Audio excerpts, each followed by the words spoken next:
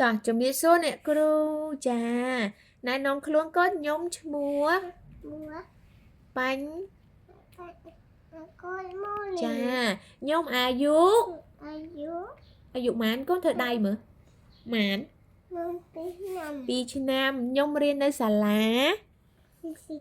វ៉ាវហើយខ្ញុំចូលចិត្តពណ៌អូខេខ្ញុំចូលចិត្តញ៉ាំអីគេញ៉ាំ tomato ហ៎អូខេមូលីឥឡូវថ្ងៃនេះម៉ាក់មានរឿងនិទានចង់ឲ្យអូនមើលឲ្យអូនស្ដាប់ឲ្យអូនចងចាំបានអត់កូនអូខេអញ្ចឹងមូលីចាំមើលឡើងនេះណាកូននេះមើលនេះអូខេឥឡូវនេះគឺមានអីគេនេះកូន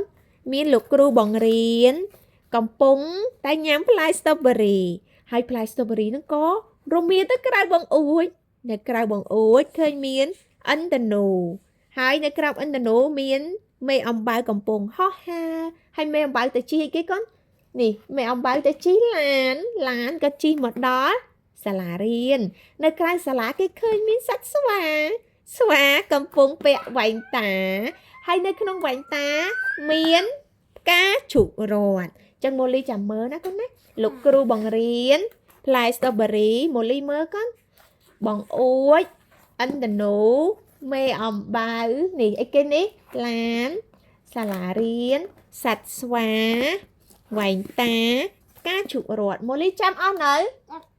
ឥឡូវម៉ាក់សួរអូនណាអូខេឥឡូវម៉ូលីជួយរកផ្លែ strawberry ឲ្យម៉ាក់កូនវ៉ាវចេះម៉ែហើយចុះឡាននៅទីណាកូនជិះឡានត្រូវអត់ហ្នឹងវ៉ាវឥឡូវម៉ូលីរកសត្វស្វាឲ្យម៉ាក់សត្វស្វាត្រូវអត់យេពូកែរួចចុះលោកគ្រូបង្រៀននៅទីណា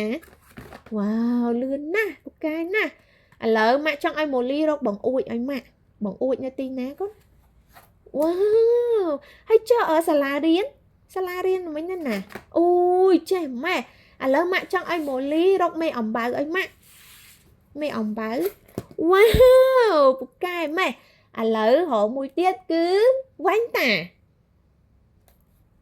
យេចុះឥន្ធនូកូនឥន្ធនូវ៉ា